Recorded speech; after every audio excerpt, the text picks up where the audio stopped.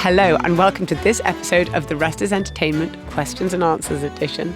I'm Marina Hyde. I'm Richard Osman. Hello, Marina. Hello, Richard. How are you? Yeah, I'm all right. I'm okay. Lots of fun questions to get on with. I'm very excited by lots of these questions. This one I actually really want to know the answer to, and I know you will. Kate Heath says, on the programme The Trip, the amazing programme The Trip, how many of the people in it are actors, e.g. when they're in restaurants, etc., are the staff actors or actual waiters? I'm really looking forward to the new series in Scandinavia. I'm so looking forward to the new series in It's one Scandinavia. of the best things ever, The Trip. I love it. It's this so is brilliant. Steve Coogan. This is Michael Winterbottom. Oh, yeah. Steve Coogan and Rob Brydon go, if you haven't watched it, on various culinary tours, and it's a sort of weirdly fictionalised but also not fictionalised. Sort of travelogue-y thing where they go to beautiful places, eat beautiful food. But do a lot of celebrity impressions. It's like Gone Fishing, but for food, but slightly fictionalised because there's always some sort of little storyline. It's absolutely fascinating as a kind of creative endeavour on every level, and I completely love it. So, yes, I'd like to know this too. I mean, presumably the waiters are so good, and they must work in the places because it's part of that serving is so high end. Well, I spoke to a man called Rob Brydon. Do you know him? So I heard of him. So I asked Rob your question, Kate. He was delighted that you'd asked and delighted you're looking forward to the new series as well. He says that often it will be waiting staff, or often it will be friends of the restaurant owners. So the restaurant owners know you're coming in. They know you're taking over the restaurant or a section of the restaurant for quite some time. And so they will have somebody who they absolutely know and trust and, will work for the whole day and they know will represent the restaurant in the way they want to be represented. And Rob says, everyone's always excited to do it. He said, however, they eat each meal 3 times. So when they go to these restaurants, it's lucky they go to those sort of restaurants where they just sort of serving like 1 cube of red currant jelly with an anchovy. It's that sort of thing, and so they don't fill themselves up. But he says, we eat each meal 3 times. Well, Italy was a bit more of a challenge in that case because that was a lot of food. Yeah. But because you've got Michael Winterbottom directing, who's a movie director, he wants to be around various angles. He wants to do lots of different improv. He wants to get the best out of everyone. So do it 3 times, different angles, retake bits and bobs. So he said, even the sort of most friendly of the owners, waiters and waitresses you're ever going to get, by the end of a whole day, they're like, you're doing that again? Yeah. You're doing Sean Connery again, Rob. Okay. What could be more scintillating than making television? Yeah, exactly. But he says it's genuinely a really wonderful day of filming, and the restaurants, of course, love it because it makes the restaurants look incredible, and it's very respectful of food. It's one of those things that's... completely. But I mean, it is very technical. The waiting and the serving of that type of food is very, very technical. So you couldn't just get an ordinary supporting actors to do it, with no offence to ordinary supporting actors, but it is actually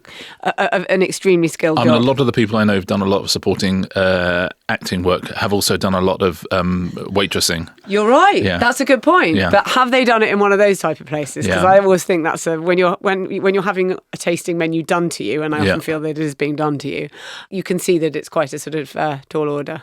And then, Kate, as you know, around that, there's all sorts of little narratives that go on, between the restaurants. But the bit in the restaurant, they're there all day. They eat 3 times. But the staff are the staff, or someone that that the owners know and trust very, very well. And everyone has a jolly good time. But I cannot wait for that new series. Firstly, it always looks beautiful. It looks incredible. But there's something about the two of them together that is so...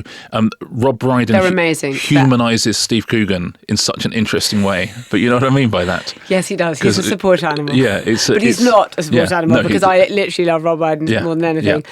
And it is so compelling and it is so warm, but it is also so edgy and, bitchy. Yeah. And it's all of the things at once. I absolutely love it. I can't wait. It's such a treat when it comes. You just think, sometimes I save it all up and think, when I'm going through a bad patch, but this I won't be able to on this occasion. And if people haven't seen the previous series, by the way, absolutely catch up on them. There's Italy, there's one that's in the UK. There's one in the UK, Spain, and Scandinavia, but really, really worth seeing. And just is what, those two, they're such a brilliant double. I mean, I'll watch Rob Brydon in anything and I'll watch Steve Coogan in almost anything, and the two of them together is a treat. And that is a genre of one.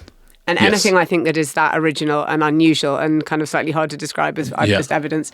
But anything that's genre of one, I think is always worth your time. Now, a question for you, Marina. Should we stick with restaurants while we're on the subject? And should we stick with Kate's and Katie's as well. Katie Robarts. Do you think it is Katie Robarts, or do you think someone has just mistyped that and it's Katie Roberts? I don't know. If you were called Robarts as your surname, you would spend your entire life having to spell it for people. So for Katie's sake, I sort of hope she's Roberts, but perhaps she's Robarts. To us, you'll always be Robarts, Katie. She says restaurant reviews are usually really good and gushing or really bad. Do they generally pick places beforehand they know will be more extreme either way to lead to more entertaining reading? Okay, that's really interesting. And I was actually talking about restaurant reviews with a friend of mine this week and thinking about what they are. It depends what Steve Coogan is writing. The Steve Coogan character, Steve Coogan, in The Trip is always writing it up for The Observer or The New Yorker or somewhat, he's sort of doing an article.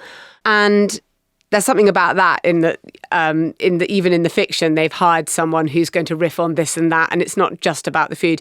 Restaurant reviewers fall for me into two categories. Some who are real food writers and know all about it. I have to say, I think this is what I was talking about with my friend this week. You have to do some crowd pleasers. Some people think, no, I just want to go to great restaurants and foreground them to our readers. And so they'll go, you've got to accept that a lot of people are reading the restaurant review because they like your writing.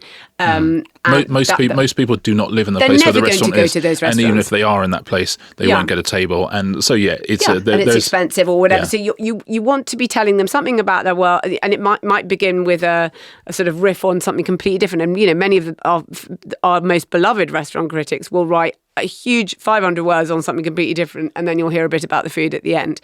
You just have to accept that you're in light entertainment. I mean, do you think I'm in if I'm writing a column about politics, do you think I'm in the business of changing the way governments do things? Don't be silly. I think I'm in light entertainment. And that is honestly how, even though you might feel grand and think I'm doing it, no, I don't think that. Light entertainment suits you. Yes. Well, I mean, you want to give people 3 or 4 good minutes with something. I'm sorry. I really, Calvin McKenzie, who used to edit The Sun, and obviously I know people have a number of views about him, but he used to just say about, but he'd say about the paper, I want to give people a good half hour with the paper. And I feel often, if you're writing anything, really, instead of imagining yourself as someone who writes for a newspaper, a news outlet, that you're moving markets or changing the world or anything like that, think, am I giving people a good 3 or 4 minutes with this thing I've written? And I think a good half hour with a paper sounds like a night after a particularly bad meal. Yeah. And I can certainly equate that with Kelvin McKenzie's tenure. Yeah. But the point is that you're trying to sort of serve the consumer in one way or another, and it should be entertaining. And so I do think that if you're, reviewing restaurants, you do have to go and do something stupid like think, okay, even though everyone hates Salt Bay, I'm going to have to go and have a look. Yeah. Or I'm going to go to some, as well as, then there are obviously the bigger openings, and your editor might say, well, this chef's got a new one opening, and you'll go along because they're a sort of figure in the world. Yeah. I remember my friend of mine was a restaurant reviewer for a long time, and I used to go to so many of them with him. And it is extraordinary. First of all, it is extraordinary when you go to that many, because I used to often go with him. I remember, someone had sent us to a place and said it was supposed to be quite good. It was, first of all, it was a disaster. And then the people were saying to us, I'm really sorry, chef likes to see clean plates. Wow. I remember my friend said, I'm so sorry, I'd like, a full head of hair and a washboard stomach, but we're all having to make compromises here. Does the restaurant know that the reviewer is in? They try to keep themselves secret, but sometimes, if it's Giles Corran, you're going to know who it is, and if it's Jay Rayner, you're going to know who it is. But Marina O'Loughlin, who wrote for a long time for the Sunday Times and also for The Guardian before, has managed to keep her face secret, so people didn't know what she looked like. And that's someone who I would say is a brilliant food writer and understands all of that world.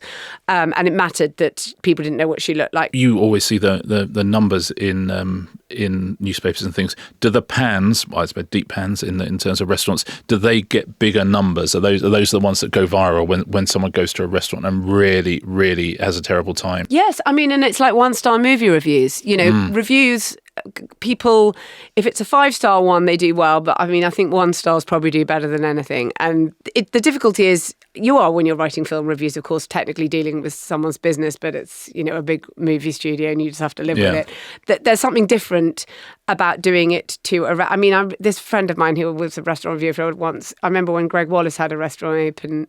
Again, it was terrible, but I slightly felt we'd gone along just so he could use the line, cooking doesn't get rougher than this. But, it was a great line, and I'm sure that one went viral too. But they tend to, when I've seen like the proper pans, it tends to be like if a restaurant has been opened by some huge restaurateur or someone with deep pockets.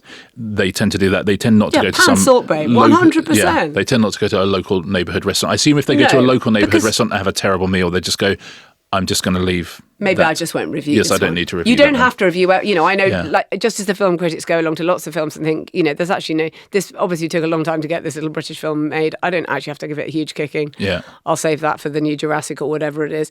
But as in general, I think my personal principle is that you probably are right. You're in a form of light entertainment when you're doing any of these things. Political columnist, restaurant reviewer, film reviewer. It's all. I sometimes think it when I present quiz shows. I think in some ways this is light entertainment. Quite possible. I'm in light entertainment. Obviously I don't really think that. What I think is I'm doing some great treatise on the human condition. But sometimes I like to pretend it's light entertainment. But what I like is that it straddles both worlds. Yes, exactly.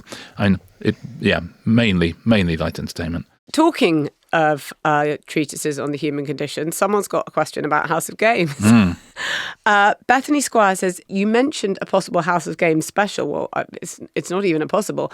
How do you prevent contestants from interrupting questions? They seem to wait a few seconds before answering, which helps viewers at home. My husband thinks it's editing, not just your instructions. Oh, Bethany, it's so annoying when your husband is right, isn't it? That's the last thing you want.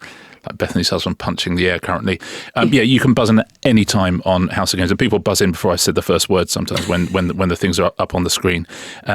And then at the end of each show, or in fact at the start of the next show, I will then re-record all of the questions, just because it's no fun to watch a quiz show at home. If you were watching the show as it actually happens, especially if you've got two competitive quizzes, I get like one word of a question out. So you would not have read the question at home and the person would have buzzed in and answered. It's so awful because the contestant has to realise they're on a light entertainment show as well. Yeah. But the competitive thing, I've done one before where I just literally felt like I know this answer. Yeah, I got to buzz in. So you have to think, it doesn't matter whether you win or not because you're in light entertainment. I know, but you sort of do want to as well. Because also they're spending all day together, so there's a friendly competitiveness.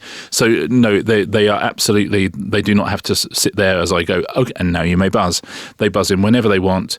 We then edit all the questions in at the end of the show. When celebrities come on and watch it and they realise that, they sort of are crestfallen and said like, oh my God, I thought I was good at this show.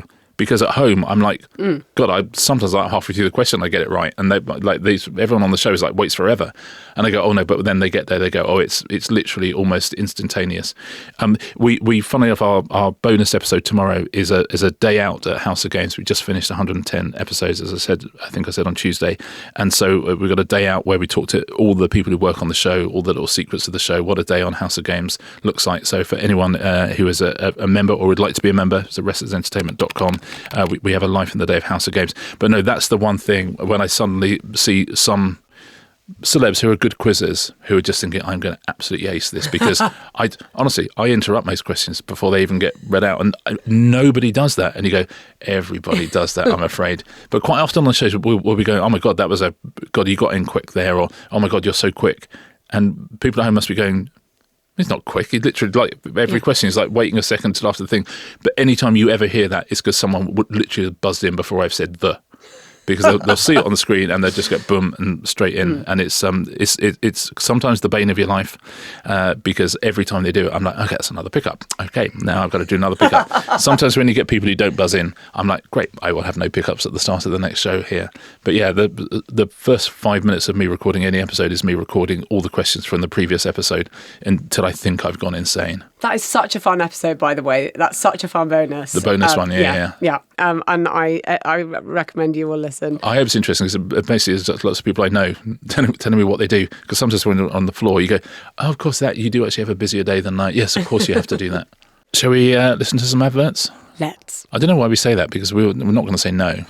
No, we're I'm going to say, forced. Let's listen to some adverts. Yeah, just let's do it right now.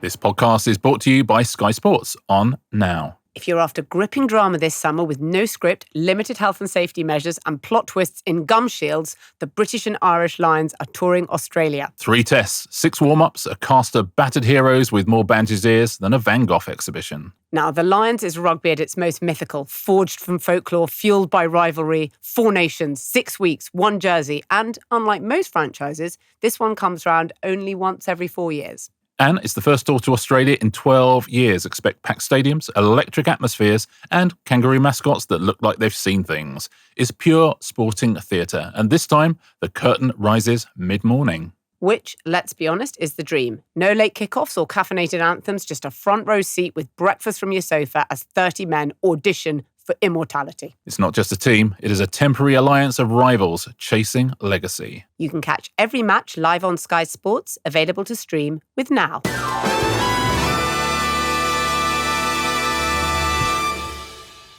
Welcome back, everyone. Marina Sarah Wilson has a question for you. She says, my family and I have just returned back from a theme park holiday in Orlando. Oh. Well, that's like Ingrid's dream. And mine. Yeah, the two of you should go together because I don't want to go. She said, we absolutely love the Star Wars Galaxy's Edge at Disney and the Wizarding World of Harry Potter areas at Universal. We were astonished at the level of detail in these zones. In particular, the Cantina Bar at Disney and the new Ministry of Magic at Universal Epic Universe. Looked exactly like they do. Ministry of Magic at Universal Epic Universe. Is it called Universal Epic Universe? Yeah. Wow. Yeah, okay, guys. Absolutely. Marketing much. Anyway, they looked exactly like they do in the film. How do they get these areas to be so accurate for theme park guests? Do they have access to the original set designs? Who signs off on the finished construction? As you know, I've banged on about on this podcast many times before, I love set design. I've seen so much footage of that Mos Eisley Cantina, and it's really amazing because when you watch the original Star Wars movie, the thing about Mos Eisley is that a lot of it is the people who, it's a wretched hive of scum and villainy, so it's the people who are wandering through that cantina who make it. But the fact that they've managed to make it feel like you're in the vibe of it, you know, you're only allowed like 2 drinks and then they move you out because people just want to stay there, and they're playing the cantina music. But also it's dangerous because some of the worst villains in the universe are there. So you could just you don't want to stay too long. Forced by a bounty hunter to do something you didn't want to do. Yeah. A huge advance in materials has been a huge advance because in the old days you used to get like a lot of like fiberglass water. Everything was made of fiberglass, including Cinderella's Castle. Cinderella's Castle, except in Euro Disney, where they were really so paranoid. The Americans had a complete crisis of confidence and thought, oh my God, France is full of actual castles, so we're going to have to build Cinderella's Castle out of actual stone, unlike plastic, like we build all the other ones, fiberglass. Yeah, better look much worse in stone. Yeah. I mean, the whole opening of that park is a 5-episode arc of bonus episodes, let me tell you. So, yes, okay, we spoke to George Lawton, who is a theme park lighting designer, and he said... That's a cool gig. I know. And actually, what George said is that scene design in the States, it's waning business, really, because so much more is CGI. And so lots of the most talented people in that business are moving over to what is a huge growth market, which is themed experiences. That makes sense. The reason you can go... In the old days, you would go to maybe Universal Studios and Disney World. And if you think how many different worlds there are now, they've got the Star Wars, the Harry Potter and all of those. It's billions and billions every year to the US economy. George says that the accuracy comes from the talented and nerdy people who spend years dissecting the plans and construction methods to bring them to life. You can obviously 3D model everything and you can get people to walk through it. For something like the Wizarding World of Harry Potter, and it's so detailed, it's unbelievable when you're creating sort of Hogsmeade or whatever, even J.K. Rowling will be taken through the 3D modelling of all of it. And by the way, actually, I've got the most brilliant book about this, and you won't believe Richard and Ingrid came to my house on Saturday night. You will have seen that all the empty bookshelves, which, as you know, well, because you're only moving in. Yeah, exactly. Given the issue with the bookshelves, which is coming down the slitway, it's a bit. I felt like it was a little bit like seeing one of those scenes at the start of an Oliver Stone movie, and it's just like a sort of Vietnamese rice field, and then suddenly the helicopters. I saw a lot of boxes full of books, and I was thinking, where are you just leaving them like that? You saw a pre-war zone. Perhaps this is your new system. Well, actually, one of the weirdest books I own, which is totally fascinating, there cannot be another book like this, it's by this guy called David Younger, and it's about theme park design, and he sort of codified everything about theme park design. I think he did a doctoral thesis about it, but because no one had spoken to anyone who builds all these parks, he went and spoke to all the Disney Imagineers, which is what they call them, and everyone told him all of these things, and like, you know, how many fireworks you do, and all about roller coaster design. It's so technical, it's absolutely mental. It's a completely weird book. What's it called? It's called Theme Park Design. It's like an academic. Wow. But it's the only time anyone's ever tried to put everything about that they know about theme parks down. And you should see the quotes on the back from absolutely every single person who runs every biggest park in the world. Anyway, back to what George has told us. But you have to understand that these parks are all outside. And so the advances in the materials are really important because they're in all weathers. People are obsessed with making these things immersive because the whole thing about, you know, she loved going to the Mos Eisley Cantina. But if it's only just people in their shorts and T-shirts who are on holiday in a park walking around, you really have to make it work. So some places will even, if there are characters walking around, they'll train them in how to do it. So someone had to fly over from The Walking Dead. At Thorpe Park, they've got a Walking Dead ride, which I've been on several times. Some people from The Walking Dead flew to London to teach the actors how to walk for that, how to be proper zombies. So just we all know how to walk like zombies. I'd like to be able to give my zombie before being told that I had to do it in a certain way, but okay. David Young's book is so weird and niche, but if you ever see a copy of it, I don't even know if it's still for sale anymore, but it's like one of the only books I've taken out of my boxes. But he divided all visitors to parks into 3 tribes. He said there are thrill seekers, there are character huggers, and there are world travellers. World travellers are the ones who want the world to be so totally immersive. And so that's what you like, Sarah, is that you're a world traveller when you're going to one of these parks. And the advances have made them so amazing. If you go back in the past, they were really quite basic. But I remember the first time I went to Disney World, and one of the oldest rides then was Pirates of the Caribbean, which I remember thinking, this is so weird. They're making a movie about a ride. But anyway, did pretty well, I heard. I remember thinking, this is so amazing. How have they done the ceiling like that it actually looks like the night? Everything else looked like quite old and like these weird old puppets. But the ceiling genuinely looked like, it didn't look like there was a sort of black cloth over it. It just looked like the night. And I made my husband go around it about 3 times when we went, because I just wanted to see how they'd done the ceiling. Poor Kieran. Yeah, I know. That's one of my favourite things about visiting the Thursday Murder Club set was seeing the set people and seeing the designers and seeing what they'd made and just watching them sort of build the whole insides of flats. And that's the thing, they're just incredibly good at it. It's like the people who actually build castles and build, people are doing this in the first place, and these people have exactly the same skills, but they work in show business. So, some of the flats in Thursday Murder Club, you think, God, I would absolutely love to live here if only it had 4 walls. Yeah. But they're just beautiful and beautifully designed, and attention to detail, every single thing. Every detail about your characters' pasts and things, tiny little things reflected on the stuff they might have on their desk. Or I find it so amazing. I remember when I worked on Avenue 5, which was set in space, and Simon Bowles was the production. He's an incredible production designer for that. You would see, honestly, on the back of these tiny little logos that no one could ever see, like on the back of people's shoes. The detail was beyond granular on every single thing. It was extraordinary. Ingrid sometimes talks about, going into the TARDIS and just how, as an actor, how you just feel, because it's so brilliant, you genuinely feel you're there. Like it doesn't feel like a set. It feels like this real environment. And that's the art of all those people. And I'm so glad that, because the experiential industry is now massive, right? Yeah. And it's huge. And the fact, as you say, that CGI took a lot of those jobs away, but there's so many jobs now in this industry, and there's only going to be more and more as well. Yeah.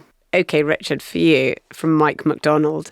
I've been thinking about Glastonbury sound check, says Mike. With normal gigs, bands arrive early, do a full sound check with nobody around, and then the gig starts and everybody's sat and ready to go. How does that work at Glastonbury? Surely there isn't time for any sound check. Yeah, I'd always wondered that, funnily enough, and I'd never asked my brother, so I thought I finally will. Because, anytime you ever go see a band or hang out with a band, you go and see their sound check in whatever new venue they're in, and, it's a sort of half an hour, and, all that kind of 1, 2, 2, 2, all of those things. Firstly, that world has changed a lot for various reasons. But secondly, so I talked to Matt, and they've headlined Glastonbury and done all sorts of things, and he said, you don't get a sound check at Glastonbury. He said what you might get if you're a headliner is a line check. Now, this is interesting about the Oasis thing the other day. So he said a line check will be your crew can play a previous live recording through the PA to hear how that sounds, because they know how you normally sound, so it's not you, but they'll play a live recording. And there's lots of clips that went viral when Oasis played in Cardiff, and like the day before,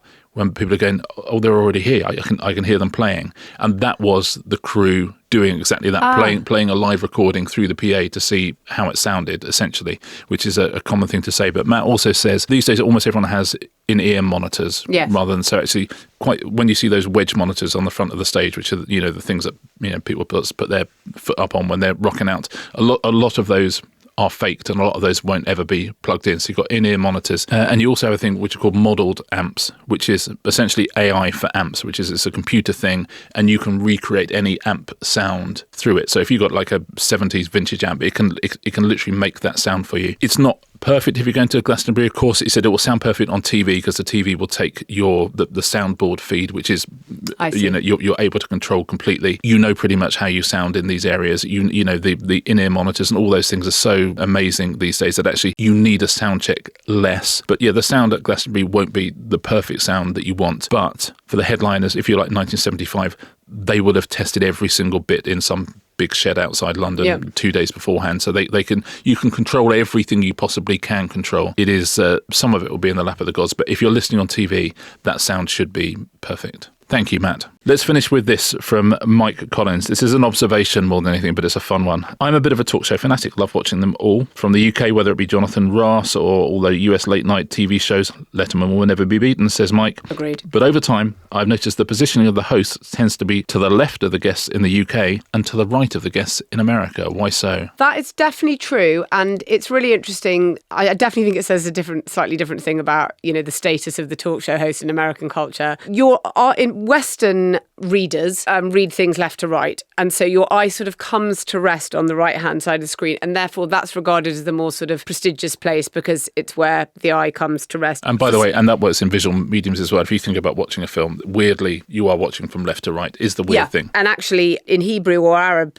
things where they don't have the same thing because it's a different way of reading. In the US and the UK we read in the same direction. It was Johnny Carson who originally started that whole kind of desk late night format, and he put himself on the right, and so therefore people sort of just copied Carson to some extent, and apparently there were kings used to sit there in state banquets and things like that, but British and Irish talk shows have often had the host on the left. If you think of things like Wogan or Graham Norton or anything like that, and Parkinson, I slightly feel like it's because we defer a bit more to the primacy of the guest rather than like, this is my show, I'm the boss here, I'm the guy behind the desk. Whereas we sort of, I think, slightly defer more to the guest. Jonathan Ross, when he went to ITV, did go over to that US thing of being on the right. It's interesting, actually, it happens a lot in portraiture as well. People's faces face left to right, and that's regarded as a sort of, the dynamics even of painting. Even you go right back to the Renaissance and people are doing it like that, you'll feel like someone's got a sort of forward dynamism. It's a power move. But in breakfast TV, funnily enough, we think, the status is the person on the left of the screen. And